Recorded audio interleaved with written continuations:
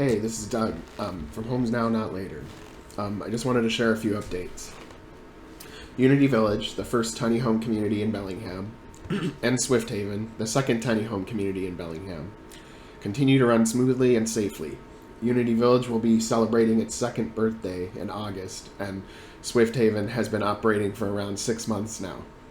Both villages continue to house around 50 people, and they are helping people rebuild their lives and get back out of homelessness.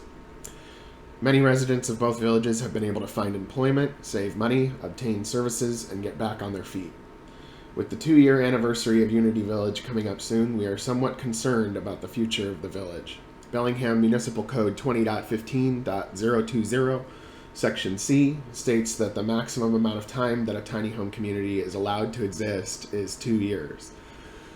For a few years, I have been advocating for a change in the municipal code to allow for 5 years rather than 2 years. Personally, I don't think there should be a hard cutoff time like this at all, though. We understand that a tiny home community existing as an emergency shelter is supposed to be temporary and transitional. We also realize that if the land we are sitting on is needed for another purpose, then we'd have to move, such as when the sewer treatment plant is expanded.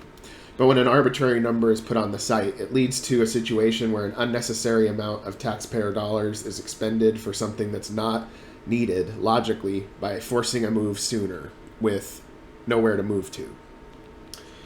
Recently, I attended a Bellingham Planning Commission meeting where Planning Director Rick Suppler was proposing to the Commission to recommend to the City Council to change the maximum time from 2 years to 5 years. The Planning Commission makes recommendations to the City Council regarding code changes. So if the Planning Commission recommends the change, it means we would potentially get 3 more years of time for Unity Village at its current location. I hope that the code change will go forward so that we can continue to succeed and get people out of homelessness and help them rebuild their lives and move forward. Also, in regards to Unity Village, we are expanding capacity. The city will be providing building materials for us to build 2 new structures at Unity Village. This will allow us to house 2 more people, for a total of 22 people housed. We are partnering with Habitat for Humanity to build the structures. Before COVID, our own tiny home design with full heat, insulation, and electricity was around $3,500 to construct. Currently, with lumber prices having risen almost 200% in the last year, the cost of our design is around $6,500 per tiny home right now, which sucks. I hope the lumber prices go down soon, but I'm betting that they won't go down. But that's just me. In regards to Swift Haven, shortly before Swift Haven first opened in December of 2020, there were 2 sites that were proposed as options to set up a tiny home village. One site was the Port property on Cornwall Avenue, directly behind Peace of Mind Cannabis, formerly Satori. The other choice was the site we're currently occupying, which is 1555 Puget Street, in the Upper Frank Jerry Fields parking lot. To set up the site required the city to put in a sewer line for drainage, as well as water hookup and electric capability to handle 25 tiny homes. Currently, we love this site, and it's been a smashing success. As Swift Haven was getting established and the needs for higher quality and increased sheltering options were greatly needed during the winter time, during those months I had been speaking to city council members, the mayor, the planning department over the possibility of Homes Now being able to manage a 3rd site, which we were happy to say, yes, we can do this. Council member Michael Lilliquist even suggested that we should take a leap of faith on a 3rd site, and that it would push the city to find a more long-term site for the 3rd village. After I was confident we could smoothly handle a 3rd site, I decided to speak to the Port Commissioners Ken Bell and Michael Shepard, as well as Port Executive Rob Fix, to express interest in Homes Now using the Cornwall site for a 3rd village. Both Port Commissioners also visited the villages and were impressed with the level of quality and the resident-managed model that we have at Homes Now. On April 20th, the Port voted to allow Homes Now to use the Cornwall site. Immediately after the vote came through, the city informed me that there was not going to be a 3rd site and that Swift Haven would be moved to the Cornwall site as soon as possible. I feel like I was duped/tricked. I negotiated in good faith with multiple local officials And it was all about whether HomesNOW could handle a third site or not. And we did everything we said we were going to do, and then we got told something different at the last minute. To do this will be expensive for the city, as well as for us, and it will decrease the quality of life for the residents of Swift Haven. The Cornwall site is not an ideal fit for Swift Haven for a multitude of reasons. The city will not be putting in sewer at the Cornwall site. At least they've told us at this point they're not going to put in sewer, because they said it would be too expensive. The site we have right now already has sewer. This means that we'll have to use a gray water trailer like we do at Unity Village, but with more residents at Swift Haven and with increased water usage, we will have to do daily water dumps. Also, the Cornwall site is not near a dump site, unlike Unity Village. The Cornwall site is at least a full block or two to the nearest bus stop. At our current site, it's right outside the front gate. This means residents will have to walk further to get to a bus, hindering transportation. The Cornwall site is too small for Swift Haven. When I was discussing the possibility of a third site at Cornwall, I was thinking it was going to be around 20 tiny homes and our own design, and not 25. The site layout for Cornwall presented to us by the city is an extremely awkward layout, with a row of tiny homes directly in the middle between two rows of tiny homes. Also, the site is not large enough for us to have our kitchen tent and laundry shower tent. This means we will have to downgrade the capabilities of the village at greater expense to everyone involved. It's a lose-lose solution. We are wanting a win-win solution instead. The Cornwall site is also in a higher crime, higher poverty area of town. There are many RVs parked right up the street. Moving us into this location would be concentrating poverty further. Let's just stick them all on Cornwall. We got base camp, we got tents right in front of the Opportunity Council, RVs, and a crammed village all in one place. All on the same road. Great. We can set up our own version of Skid Row in Bellingham. Isn't that cool? Sarcasm. Given the current realities that we face in regards to moving Swift Haven to the Cornwall site, I cannot in good conscience at this time sign the agreement as it is currently proposed. We need better terms before we are willing to sign, either a better spot to move Swift Haven to, or to allow us to stay on our current spot because it has all needed amenities. Therefore, we are gathering signatures for a petition to allow Swift Haven to remain at its current location and to allow us to go through the standard permitting process for the site, rather than under the emergency authority the site is currently operating under right now. The petition reads as follows. The City of Bellingham has allowed HomesNOW to operate Swift Haven, a tiny home community located on city land at 1555 Puget Street, Bellingham, Washington, 98229, in the Upper Frank Jerry Fields parking lot since December of 2020. Swift Haven houses around 25 people while they look for permanent housing. The current site has all needed amenities. The city has stated that July 1st, 2021 is our end date, and the village will be moved to port property on Cornwall Avenue, which will reduce the quality of life for residents, where there will be fewer amenities such as reduced laundry and shower capability, in a higher crime neighborhood at greater taxpayer expense to set up the site, such as sewer line, water access, electric lines, and the cost of the move itself.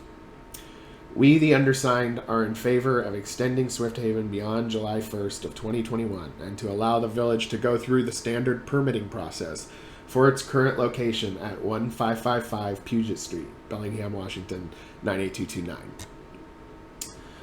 In 24 hours, we have gathered around 200 signatures, and we're going to hit the ground running. If you would like to help gather signatures, we would greatly appreciate it, and there is a link to the petition in the description of this video that you can print out from home and gather signatures. We also have hard copies if that's easier for you as well. Just show up to either village and we'll have a few sheets for you.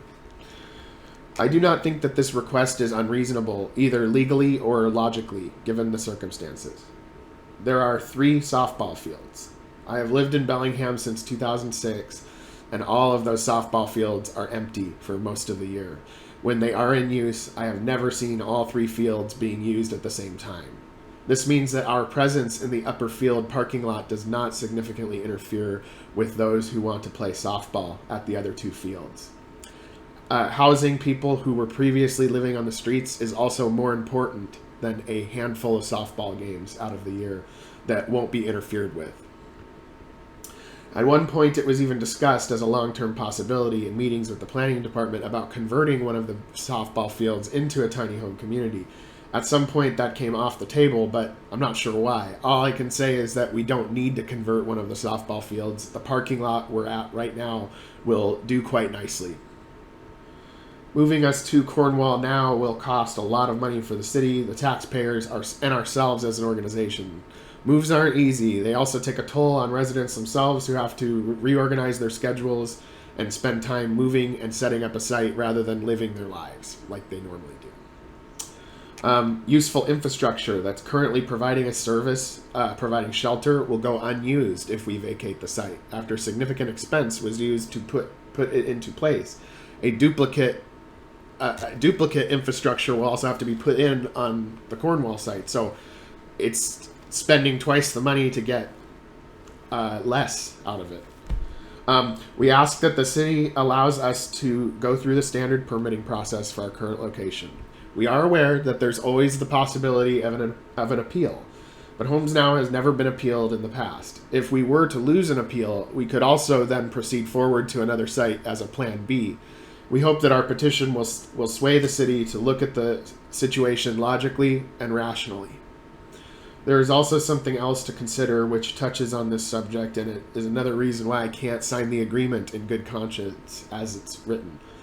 In recent meetings, both at the county council meetings as well as Homeless Strategies Workgroup meetings, Ann Deacon, Human Services Manager for Whatcom County, described our villages as barely qualifying to be a shelter, according to HUD definitions, Housing and Urban Development. On paper, this effectively means we're treated like we're less effective shelter than the old-fashioned emergency shelters in towns such as Base Camp.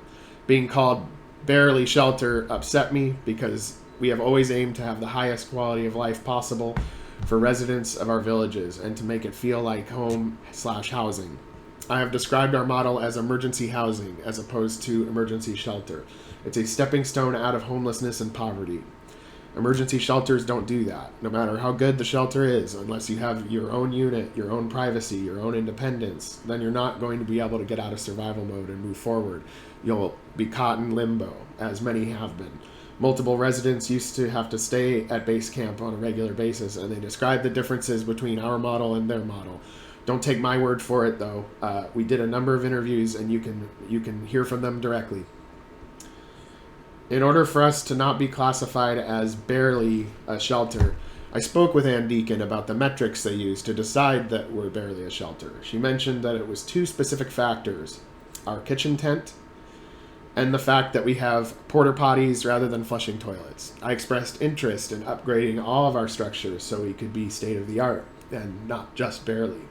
Moving Swift Haven to the Cornwall site will push us even further in the wrong direction, backwards, and we will not be allowed to upgrade our amenities as a result. All along, we've wanted real service building and flushing toilets, and we're not the ones getting in the way of that. We're ready to do more if we were allowed to continue. I only feel comfortable signing an agreement that will see the quality of life improve for the village or upgraded amenities. Also, there is some more bad news in this area as Whatcom County has decided to dissolve the Homeless Strategies Workgroup. The workgroup was the one setting which happened every 2 weeks that got all players related to homelessness in the same room, same setting. This typically included the police department, city officials, county officials, various representatives from housing providers, nonprofits, and homeless advocates. It was a last-minute provision to dissolve the workgroup without discussion by Councilmember Rudd Brown, who was never very active in the meetings.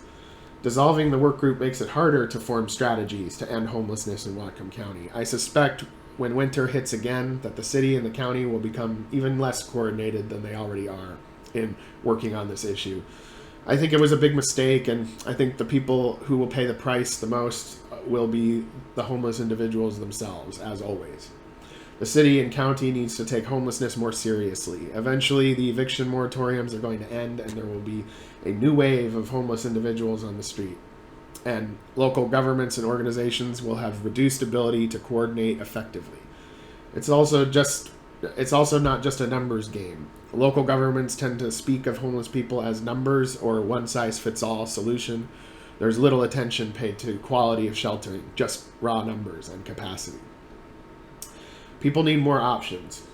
the more options that are provided, the less strain that it has on the system and the person, and the better results that people get in their lives and able to move forward faster. The city and the county needs to go out of their way to increase options for people who are homeless. Base camp isn't a serious option for a lot of people. In the multiple years I've been working with HomesNOW, that almost every single person I have ever spoken to that has had to stay at base camp has mostly had bad experiences. Either their stuff got stolen, they got beat up, sexually assaulted, uncomfortable with heavy drug use or drug dealing, awful food, unhelpful staff. Common descriptions have been, it's like a prison without bars, or it's like a mental institution, or I feel like I'm just doing time. I've heard it from dozens of people. I can say that if I was homeless, that I would not be staying there and could not stay there. People need more options, and they deserve better than what base camp offers. County and city officials should step back and think as to why so many people would rather live in a tent in the rain or the snow than to stay at that shelter.